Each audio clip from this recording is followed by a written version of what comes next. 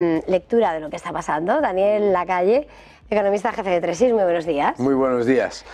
Bueno, lo que está pasando yo creo que era más que asumido por la mayoría, ¿no? Que iba a haber una victoria contundente del partido de Le Pen y que el que iba a quedar en un desastre absoluto iba a ser Macron.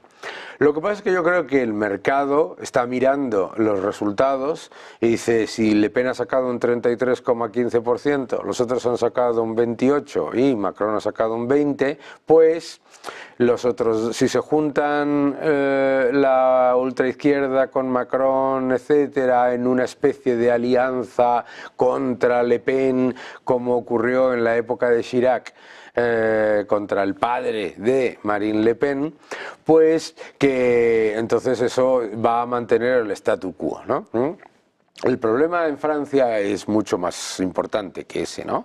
El problema en Francia es que tú ahora mismo tienes dos alternativas mayoritarias que son extremadamente radicales, sea Marine Le Pen por su lado, que lo que está prometiendo es, bueno, pues ser mucho más dura con la inmigración, bajar los impuestos, etcétera, etcétera, una posición, digamos, de derecha clara, ¿no? Más similar a la de Meloni. Pero es que no se puede olvidar que lo que tienes en el otro lado es una coalición de comunistas, de todos los partidos de ultraizquierda, de los socialistas, etcétera, etcétera.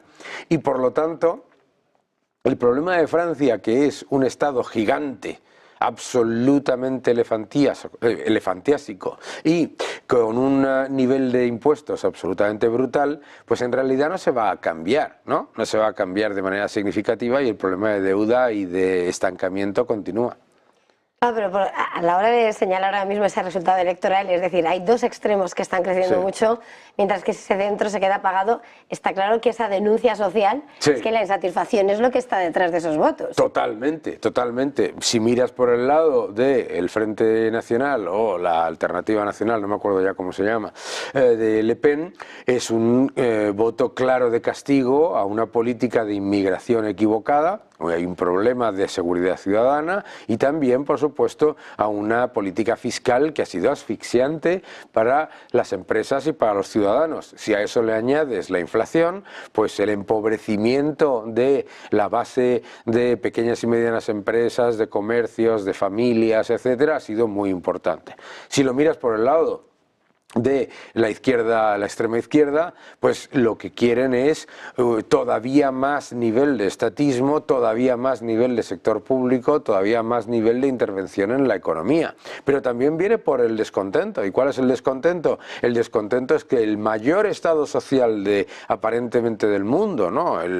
Según la OCDE, el peso del estado más grande de todos, etcétera, pues resulta que lo que ha generado es una subclase completamente descontenta y que encima no tiene oportunidades, porque como la economía no crece, las empresas no quieren establecerse en Francia como querían antes, las pequeñas y medianas empresas están ahogadas, etcétera, etcétera. No sé si lo sabes, que Francia es el país que tiene más número de empresas de 49 empleados, ¿eh? ¿Por qué? Porque en el momento en el que tienes 50 empleados, tienes que tener 3 comités sindicales, tienes que tener reparto de beneficios con los sindicatos, tienes que tener cualquier decisión empresarial consultada con esos comités, etcétera, etcétera. Entonces hay 2,4 veces más empresas con 49 empleados que con 50 o más.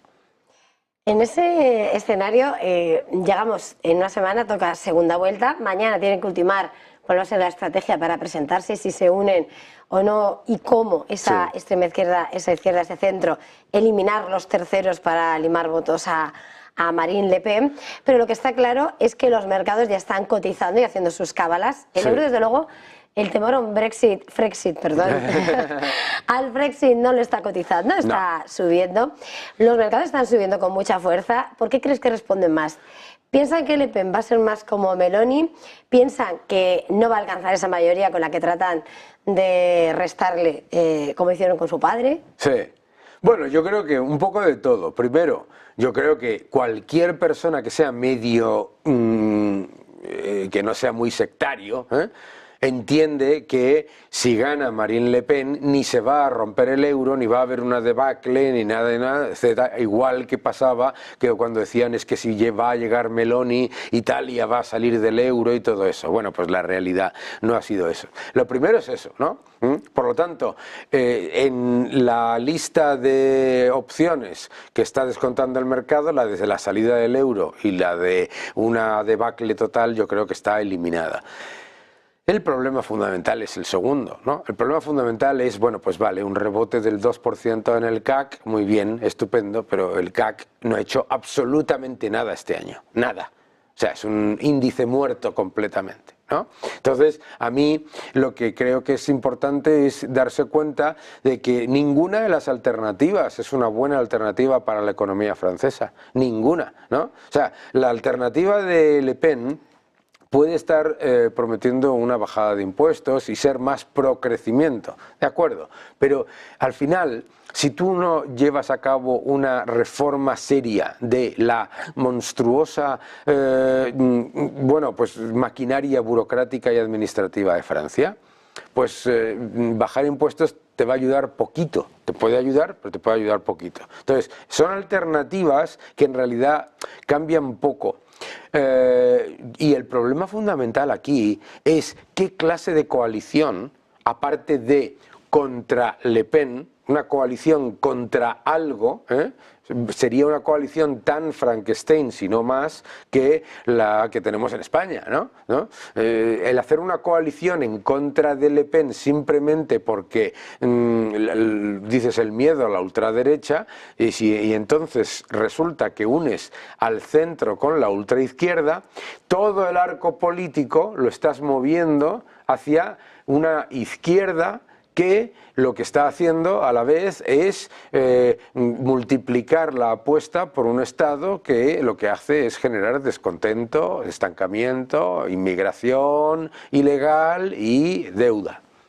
Ahora que está señalando las cuestiones claves que está dentro de Le Pen, también está dentro de ese debate interno, mientras von der Leyen se prepara para 5 años más, guiño Meloni, inmigración, claro, que sin lugar a dudas parece ser que es uno de los talones de Aquiles de esa unión. Hombre, claro, es el talón de Aquiles. O sea, si se presenta una coalición entre Macron y la ultraizquierda, claramente, ¿qué vas a decir con respecto, por ejemplo, al mensaje antisemita, ¿no? Macron ha hecho campaña mostrando con toda claridad, por otro lado, los mensajes antisemitas de Mélenchon.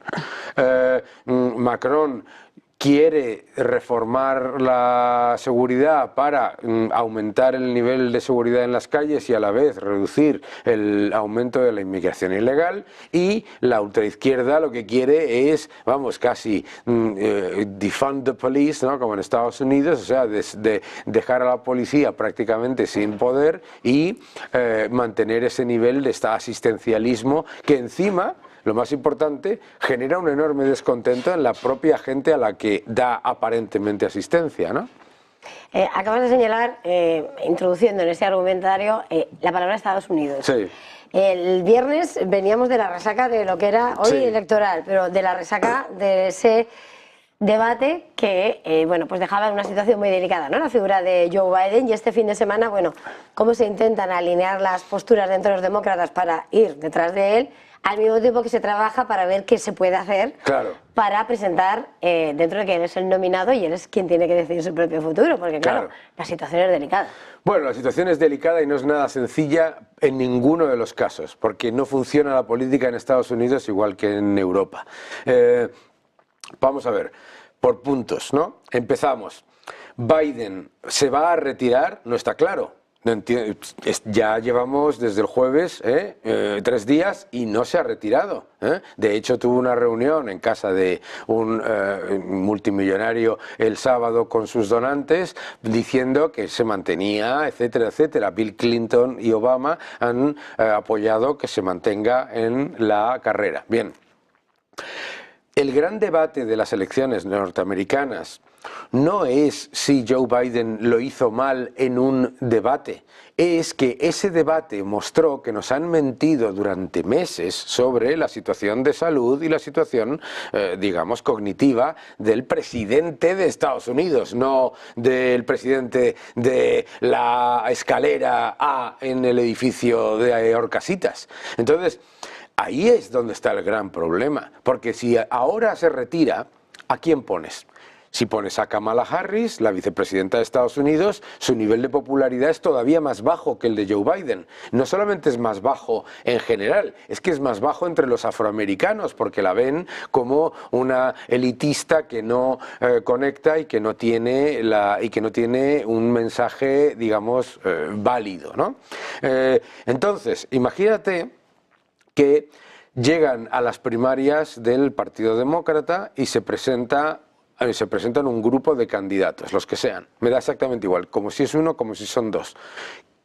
¿Cuántos donantes de Biden se van a ir con ellos y cuántos se quedan? La campaña del Partido Demócrata, sea lo que sea, viene ya con un freno por parte de los donantes, porque o se quedan con Joe Biden, o se van con uno, o se van con otro, o se van con varios, ya tienes varios problemas por ahí montados. Tercero, en esas primarias se van a pelear entre ellos, van a empezar a llamarse de todo. No olvidemos que Kamala Harris llamó unas salvajadas a Joe Biden en las primarias anteriores brutales. Entonces, ¿qué es lo que tiene que pasar probablemente? Que dejen pasar las primarias y haya un comité en el Partido Demócrata que tome una decisión ejecutiva de cambiar a Joe Biden por otro candidato, sin pasar por primarias. Ya de entradas te genera un descontento significativo. Más importante,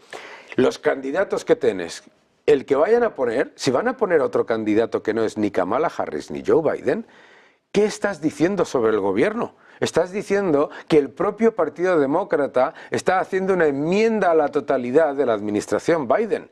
Porque si no vas a poner a Kamala Harris y no vas a poner a Joe Biden, no hay una solución buena aquí, no hay ninguna solución buena. Claro, en el Partido Republicano, que tienen las primarias ahora, va a pasar lo contrario. Se van a encontrar con que va a salir otro nuevo juicio contra Trump, en el que le condenan en Nueva York, van a volver a sacar juez de Nueva York, demócrata, que está utilizando, ¿sabes? Aquí como le llaman el lawfare, no sé quién, no sé cuántos, todo el mundo alrededor de Trump, y tienes un partido republicano unido, un partido demócrata dividido y encima una enmienda a la totalidad a la administración Biden. Yo no les arriendo las ganancias a los demócratas. Tal vez por eso, lo digo, por terminar de ver la lectura de ese día, decíamos, bueno, lo que ha sido curioso es cómo no ha sido tan combativo para lo que pudiera ser Donald Trump, que lo único que decía, usted no está para gobernar, pero claro, no querría perder más puntos cegándose de su debilidad, ¿no? Claro, ¿para qué? ¿Para qué? Donald Trump lo único que tenía que hacer todo el tiempo era hacer así, como hacía, mirando hacia arriba, para que en el dúplex que saca el debate, la lectura visual, ¿no? Y lo que ves en el otro lado es una persona completamente desaparecida, ¿no? Vago, titubeante, que tose, que no sabe lo que dice, etcétera, etcétera. Biden no tenía, lo único que tenía que hacer Trump era dejarle hablar, y creo que así se lo dijeron, ¿no? Y a pesar de todo fue bastante agresivo. Antes de terminar, quería ponerte sobre la mesa, porque acaban de salir ya datos de PMIs, sí, y por comentar un poco, si es que hay mucho que comentar o no, sí, sobre PMI manufactura en Alemania. Sí.